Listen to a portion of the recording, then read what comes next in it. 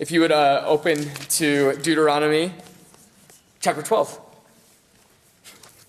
Every now and then we come to a passage and I think, man, what was I thinking?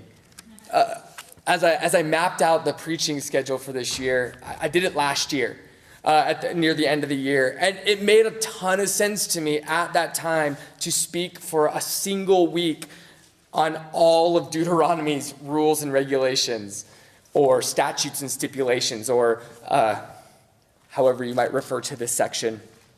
I figured that we would have covered many of the specifics of the law in Exodus and Leviticus and in Numbers, and as we read it and reread it in our small groups, that by the time we got here, I wouldn't need to say much. But as I've been reading and rereading this section, I'm like, there's so much good stuff here. Stuff like when Jesus will, in the Gospels, tell the disciples that they will always have the poor among them. He's quoting from Deuteronomy 15. When Jesus talks about divorce, he's speaking directly about the instructions that Moses gives here in Deuteronomy. When Jesus goes to the temple for Passover, it's because Deuteronomy instructs him to do so. When Jesus tells his disciples that wherever two or more are gathered in his name, he's drawing on Deuteronomy's tradition of providing a sufficient witness. When Jesus says, you've heard it said that an eye for an eye and a tooth for a tooth, he assumes that his hearers have heard Deuteronomy. And when Jesus hangs on the cross, there is no doubt in anyone's mind that Jesus is not the Messiah. Because Deuteronomy makes it clear that anyone who is hung on a tree has been cursed by God. Per Deuteronomy's instructions, then Jesus is taken down and he's buried before sunset.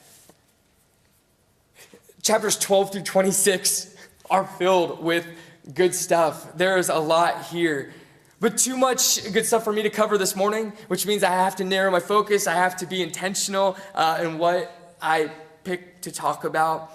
And so I want to highlight a few sections. But first I want to say something about Deuteronomy as it frames this extended section on rules and regulations. The book of Deuteronomy in many ways is about hospitality. For 11 chapters, the Israelites are reminded that they belong to God. They are God's treasured possession, and because of what God has done for them, they ought to believe in him. God is worthy of their trust.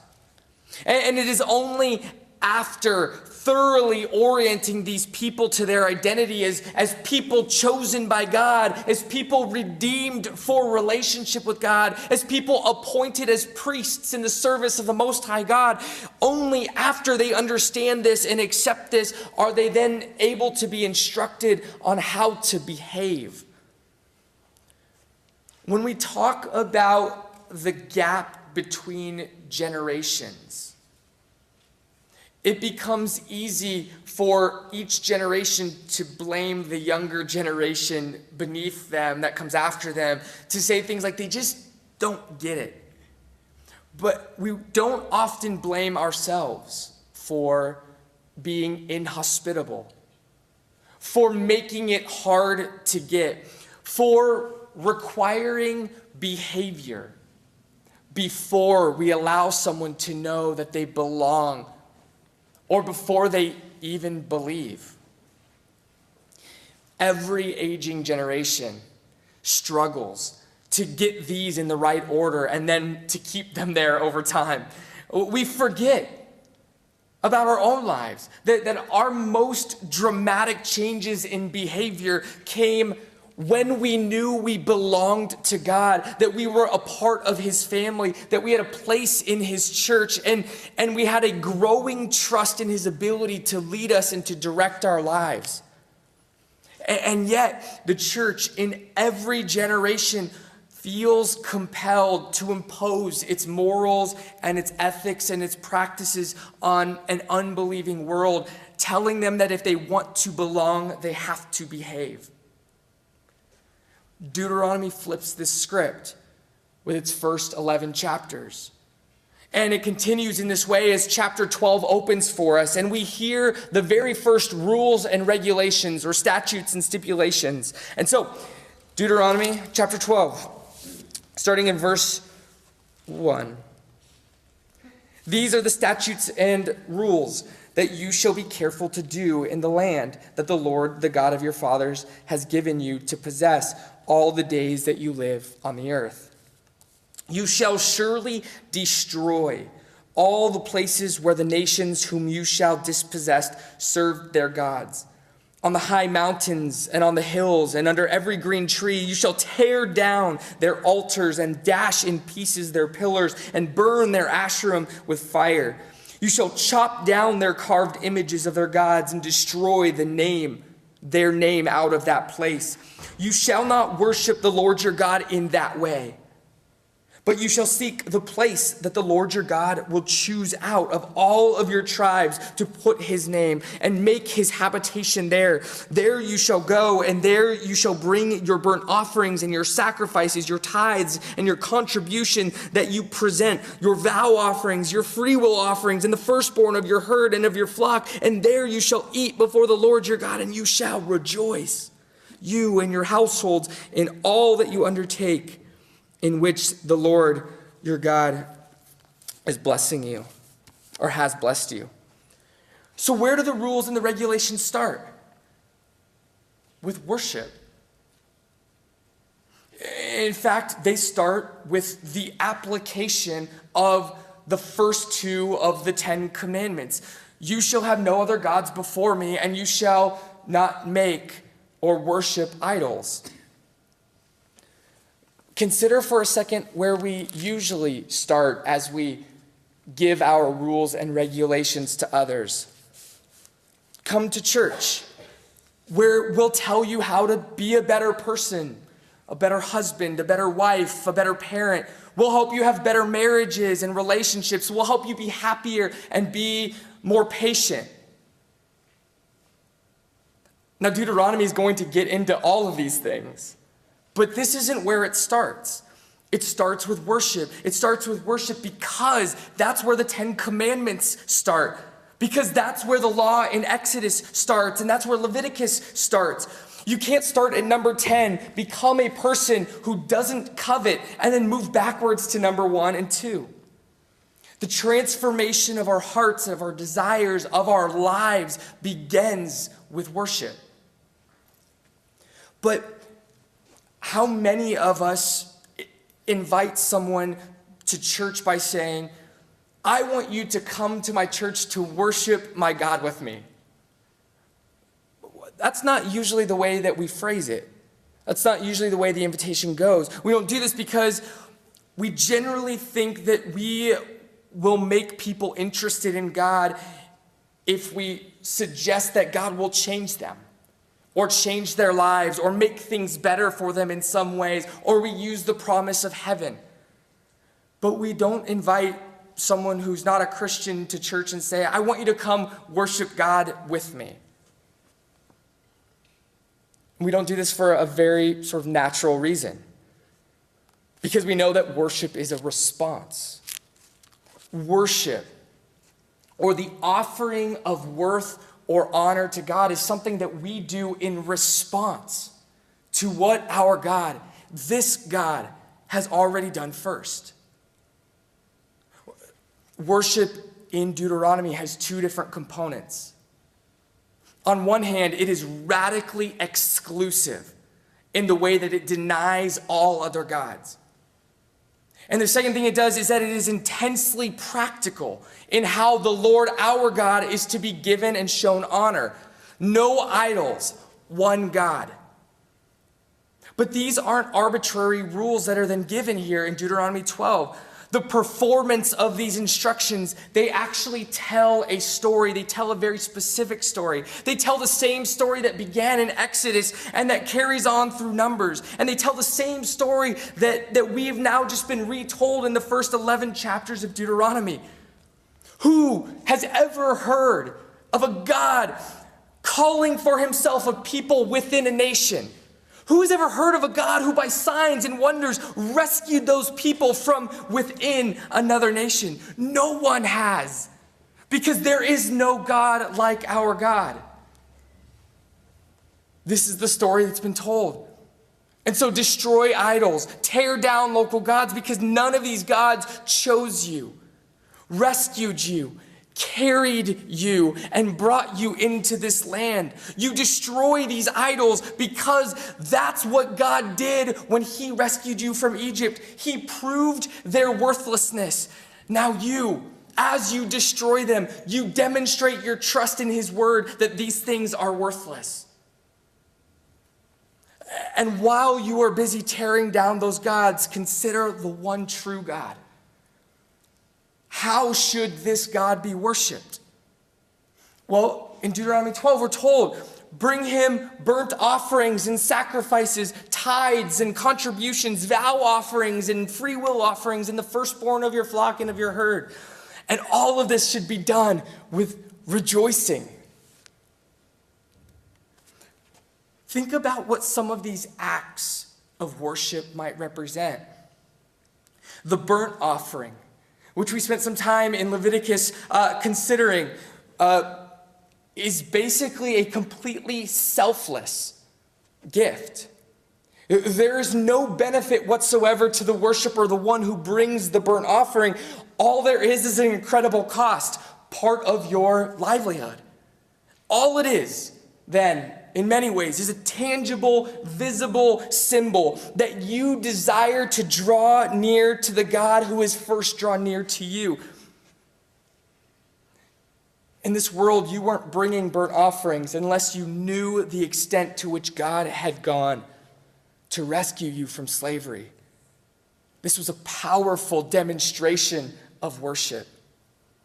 And then you have sacrifices for sin and for guilt. These would only make sense if you had made some agreement with this God, an agreement that you had transgressed and were apologizing for, were repenting from. And tithes were essentially rent in the land.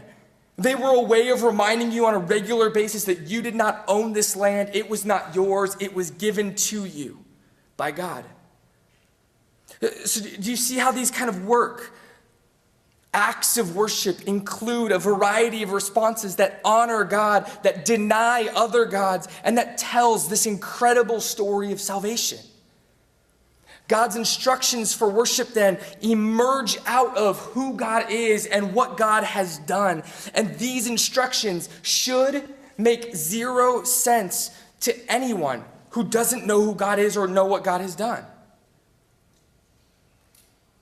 Their foreignness should provoke questions about who this God is and what he has done. But this isn't what worship, or what we call worship in our culture, has often looked like. Everywhere we look, gatherings are being called worship, even when they barely or tangentially are related to God. Sort of everywhere we look, gatherings called worship look like cheap knockoffs of all of the different forms of idolatry in our culture. They are largely self-satisfying. They're largely self-glorifying. Worship is being made in the image of us and our preferences and our desires. And so we hear this then in verse 29. When the Lord your God cuts off before you the nations whom you go in to dispossess, and you dispossess them and dwell in the land, when you get there, take care that you have not been ensnared or trapped to follow them after they have been destroyed before you, and that you do not inquire or ask about their gods, saying, how did these nations serve their gods, that I might do the same? You shall not worship the Lord your God in that way, for every abominable thing that the Lord hates, they have done for their gods, for they even burn their sons and their daughters in the fire to their gods. In other words, we are not to look at how those around us worship and say, wait, we should do that, but for our God.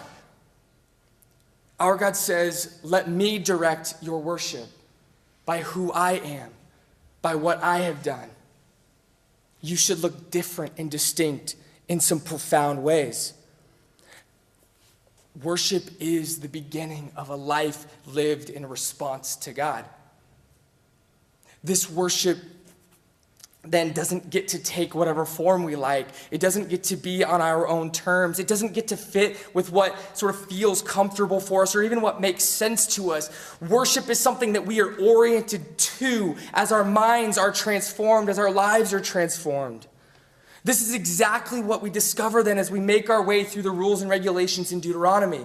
There's a reason that we start with worship.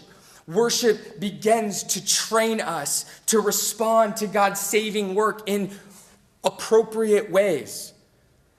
Consider this example in chapter 13. We get a description of what the Israelites are to do if a prophet speaks anything contrary to the word the Israelites have been given by God. Or if a family member or the town they live in were to urge them to turn to other gods, what should they do? It's important to know that these are not outsiders coming in with other ideas. These are insiders rising up. These are people who know the story of salvation. These are people who have been rescued, who have heard God's words, and who have responded to them. These are people who now are trying to influence God's people in ways that are dangerous and destructive. The Israelites are instructed to put these people to death. That's a fairly intense response, right? And yet, in light of the story, as we read the story, it does make sense. The Israelites are the only people in the entire world to know the full extent of what God has done to demonstrate his care and his purposes for humanity. The Israelites are the keeper of these stories, and God has committed himself to them for this purpose. God intends to preserve them. And so for people to rise up from within that deny the truth about the God that has rescued them, to speak new things is utterly dangerous, not just for Israel, but for all of humanity and for God's purposes. This tradition continues into the New Testament, though without the killing. Yes. Thanks be to God. But we learn something really significant as we trace the trajectory of this tradition in Deuteronomy and into the New Testament, that God places a high priority on the preservation of his words, of his testimony. And he puts serious pressure in the New Testament on the church to engage insiders who would try to steer the church off of its course.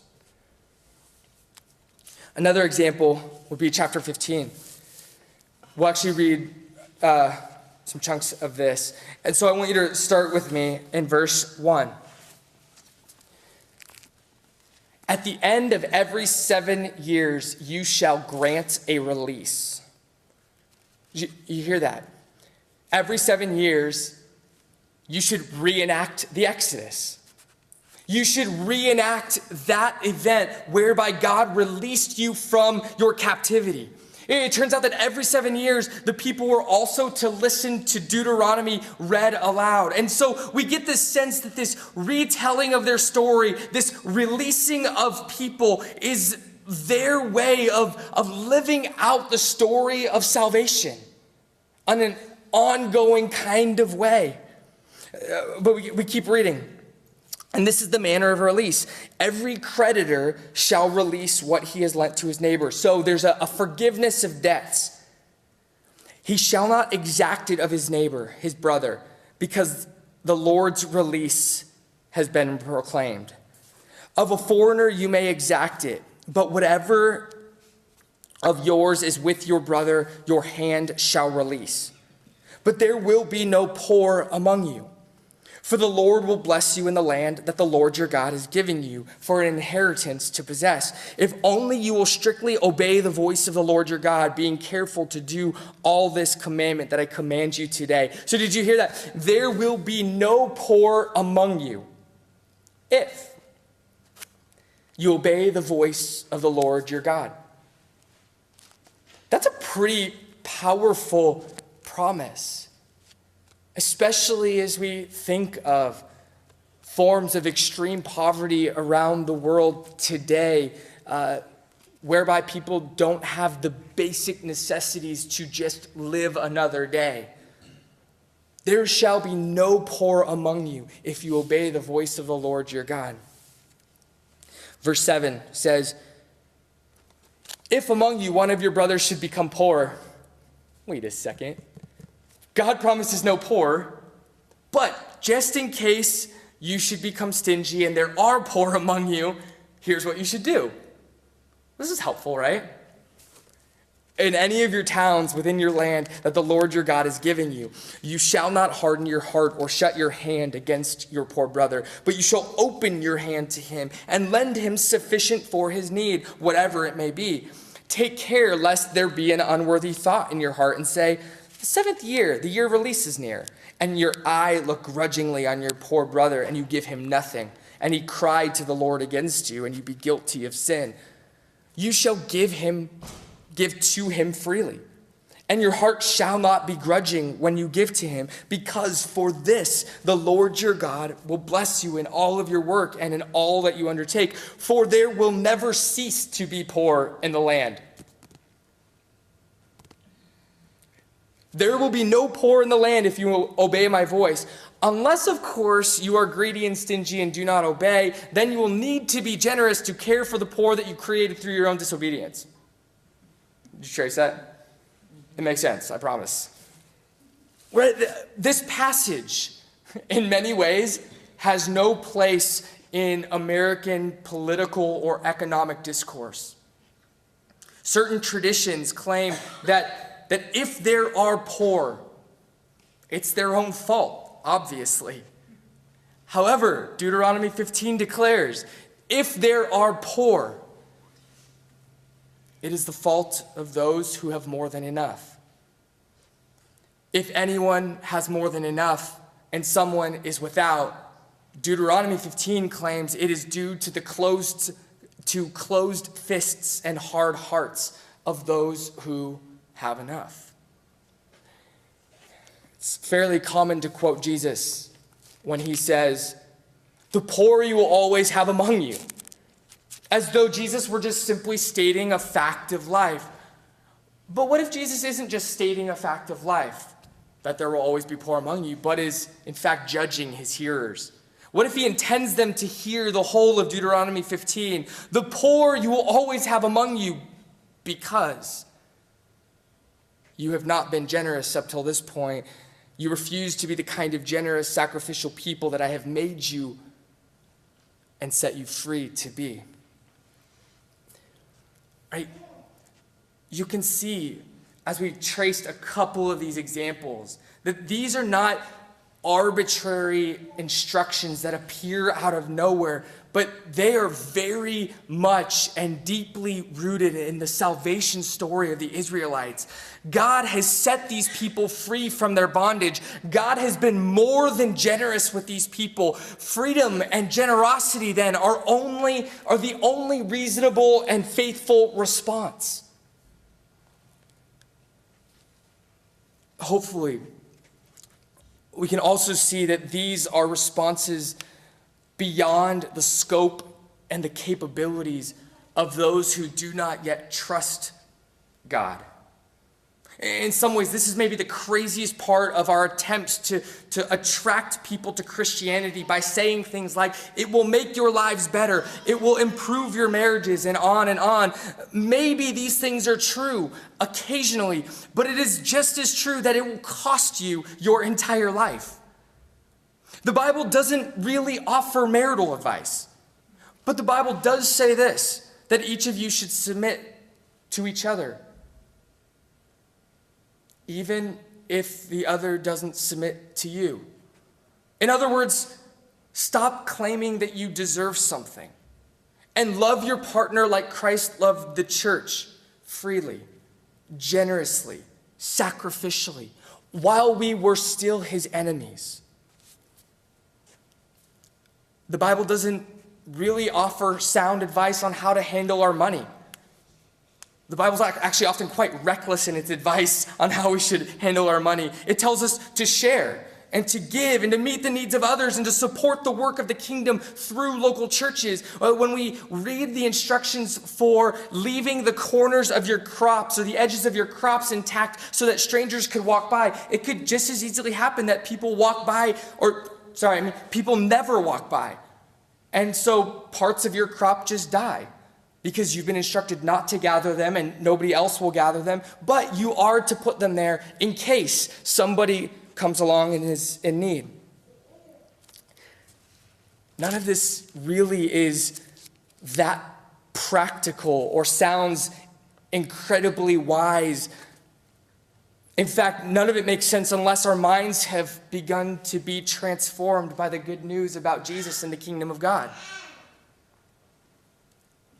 Deuteronomy trains us to see how a community that attempts to draw near to God in worship, that attempts to practice generosity and giving, that attempts to lead itself in certain ways and attempts to serve its neighbors, a community that attempts to live in light of their salvation story, how that might take hold in us and direct our paths. And so the question for us as we meditate on these instructions, as we consider what it means, what Christ has accomplished, we wrestle with. And this is something for us to discuss in communities, whether they be small groups or our households. How will we live in light of what Christ has done for us? This is a central question that we have to answer, but that can't be necessarily imposed on us, but has to emerge from our deep and abiding understanding of the salvation story that we have entered into, of who our God is and what he has done for us. And so I invite us to carry on that conversation, to continue it, much as James is doing for the churches that he serves, drawing on the wisdom of Deuteronomy, considering what Christ has done and beginning to engage a local congregation or a series of congregations. And how does this get lived out? How do we, by our lives, give honor and glory to God with everything that we have and do?